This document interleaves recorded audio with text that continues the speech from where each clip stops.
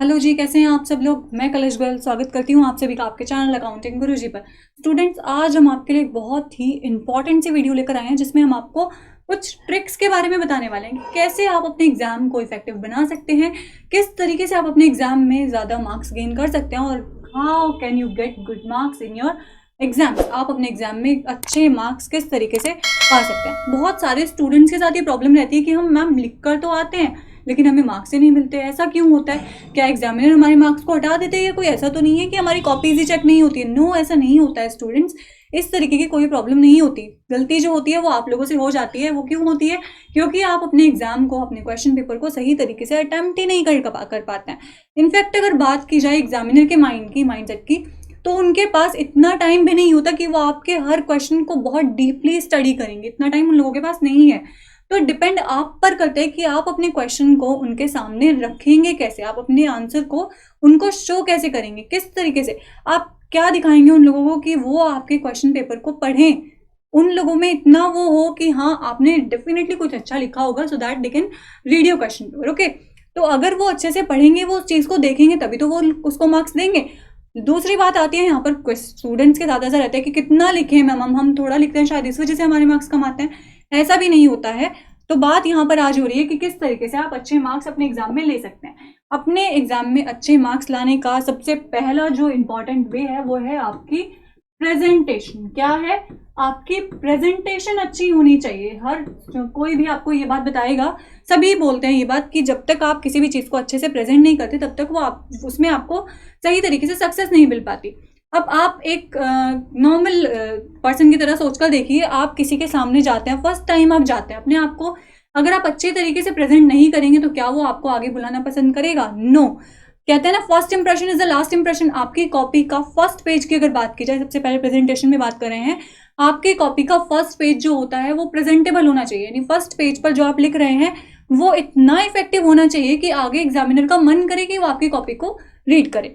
सबसे पहला पॉइंट मैंने आपको बताया कि आपको जो फर्स्ट पेज अपना अच्छे से करना है, उसमें पहली बात तो यह है कि ऐसा नहीं है कि आप सिर्फ फर्स्ट पेज बना देंगे, आगे आप कुछ भी लिखें कोई फर्क नहीं पड़ेगा। नो, फर्स्ट पेज तो आपको बहुत अच्छा करना ही है, लेकिन साथ में आपको आगे का भी जो क्वेश्चन पेपर करना है उसमें भी कुछ ट्रिक्स हैं जो आपको ऐड करनी है। सबसे पहले आपको फर्स्ट पेज पर जो अपनी राइटिंग लेनी है या जो भी आपको एडिशन में लेना है, कुछ भी जो ऐड करना है, वो सारी चीजें आप इसमें कीजिए। जैसे आपको शॉर्ट क्वेश्चन दिया जा रहा है, कोई भी आपका क्वेश्चन आ रहा है, तो उसको इफेक्टिव बनाने के लिए आप बहुत सारे ट्रिक्स को ऐड कर सकते हैं।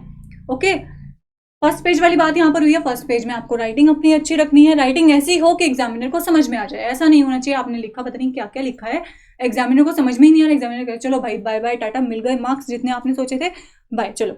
नेक्स्ट आपका सेकंड पॉइंट मैं आपको बताना चाहती हूँ, आप प्रेजेंटेशन तो करते हैं, आप अच्छे से लिखते तो हैं क्वेश्चन पेपर को, लेकिन उस तरीके से नहीं लिखते जैसे एग्जामिनर सोचते हैं। अब एग्जामिनर को आप सपोज कीजिए, आप एक बहुत बड़े से बच्चे हैं और आपको एक बहुत छोटे से बच्चे को कोई चीज़ समझानी है, तो क्या वो आप कैसे समझाएंगे उस चीज़ को? आप अब किसी छोटे बच्चे को आप ए बनाना सिखाने वाले हैं, तो क्या आप उसको बोल देंगे ले भाई ए बनाओ? नो, आपको बताना होगा कैसे बनेगा, ऐसे ऐसे और फिर देन ऐसे। ओके, किसी भी चीज़ को समझाने के लिए आपको अपनी ट्रिकोलॉजी लगानी पड़ती है, तो वैसे ही अपने एग्जाम में भी आपको आपकी ट्रिकोलॉजी लगानी है और कुछ नहीं करना है। सबसे पहले आपका फर्स्ट पेज इफेक्टिव हो। दूसरी बात, आप एग्जाम में जो भी आगे लिखने वाले हैं, आप किसी भी क्वेश्चन को अटेम्प्ट कर रहे हैं, आपको उसमें हेडिंग्स में लिखना है। ऐसा नहीं हो कि क्वेश्चन आपसे कुछ भी पूछा जा रहा है, मैनेजमेंट क्या होता है, इसके फंक्शन बताइए, आपने लिख दिया मैनेजमेंट मैनेजमेंट मैनेजमेंट, बस हो गया क्वेश्चन पेपर। नो, सारी थ्योरी ऐसे नहीं, बिल्कुल नहीं करना है। इसमें क्या लिखना होता है, आपको हेडिंग्स लिखनी है। अगर आप हेडिंग लिख रहे हैं तो उसमें आपसे ज्यादा कोई इफेक्टिव डायग्राम नहीं बन रहा, तो उस हेडिंग से आप इस तरीके से करके उसके पार्ट में डिवाइड करके भी डायग्राम बना सकते हैं। कितना ईजी होता है। तो आप इजीली ये सारे काम तो आई थिंक कर ही सकते हैं। डायग्राम भी आप बनाएंगे ना, उससे भी एग्जामिनर आपको अच्छे मार्क्स, बहुत अच्छे मार्क्स दे देगा। ओके, आप डायग्राम बनाइए। दूसरी बात, क्वेश्चन की जो आपकी हेडिंग हो वो आप इस तरीके के पेन से लिखिए कि वो दिखाई देगी। कुछ बच्चे क्या करते हैं, पेन जो लेते हैं वो इस तरीके के लेते हैं कि आपकी हेडिंग ही दिखाई नहीं देती, ऐसी दिखती है बस बिल्कुल जैसे हेडिंग भी रो रही हो। नहीं, रोना नहीं है, एक स्माइली वाली हेडिंग दिखाइए अच्छी सी, कि उससे समझ में आए कि हाँ कुछ लिखा हुआ है, कुछ जानदार सा लग रहा है, राइट, कुछ इफेक्टिव सा लग रहा है। तो हेडिंग जो भी आप लिख रहे हैं, कुछ भी हेडिंग लिख रहे हैं, उसको हाईलाइट जरूर कर दीजिए। हाईलाइट एक लाइन से मत कीजिए, 2 लाइन से आप उसको हाईलाइट कीजिए। एक मोस्ट इंपॉर्टेंट बात और आपको बता दूं, जब भी आप क्वेश्चन पेपर फिल करें तो साइड में, दोनों साइड लाइंस जरूर खींच लें।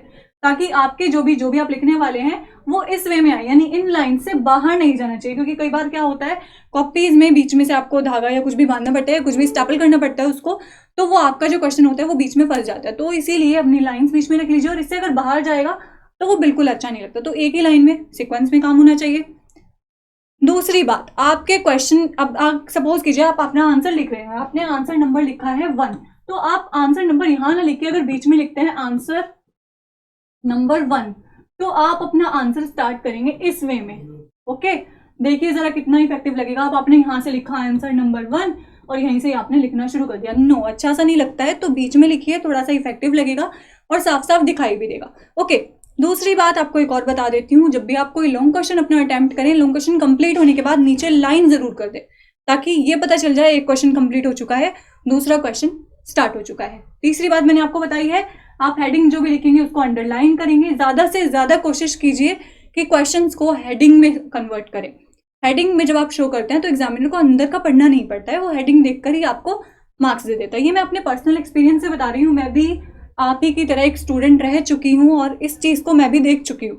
ओके, हमारे टाइम पे भी क्या होता था, हम लोग पूछते थे मैम कितना लिखेंगे, कितने मार्क्स किस तरीके से मिलने चाहिए। तो ऐसा नहीं होता है, ज्यादा लिखने से मार्क्स नहीं मिलते हैं, मार्क्स मिलते हैं आपकी प्रेजेंटेशन इफेक्टिव होने से। आप अगर किसी चीज को अच्छे से प्रेजेंट करोगे तो आपको मार्क्स क्यों नहीं मिलेंगे। हेडिंग लिख दीजिए, उसके नीचे लाइंस कीजिए। लाइंस करने के बाद जब आपको कोई हेडिंग दे ही रहे हैं, आप किसी क्वेश्चन में हेडिंग दे रहे हैं, सपोज कीजिए आपसे क्वेश्चन में मैनेजमेंट के फंक्शंस के बारे में पूछा गया है, तो मैनेजमेंट के फंक्शंस को आप डायग्राम में भी शो कर सकते हैं, ऐसा डायग्राम भी बना सकता है, आप कुछ क्लाउड्स टाइप बना सकते हैं। बहुत ईजी होता है, टाइम भी वेस्ट नहीं होता आपका। ओके, और दूसरी बात, जहां पेज फिल करने की बात होती है तो आपका पेज भी ना उसमें फिल हो ही जाता है, डेफिनेटली फिल हो जाता है। तो इस तरीके से आप क्वेश्चन को करेंगे। दूसरी बात, बच्चे क्या करते हैं, थ्योरी वाले क्वेश्चन जो बड़े बड़े होते हैं ना उनको फिल करने में लग जाता है, जो डिफरेंस वाले होते हैं उनको छोड़ देते हैं, चल भाई छोड़, बाय बाय टाटा।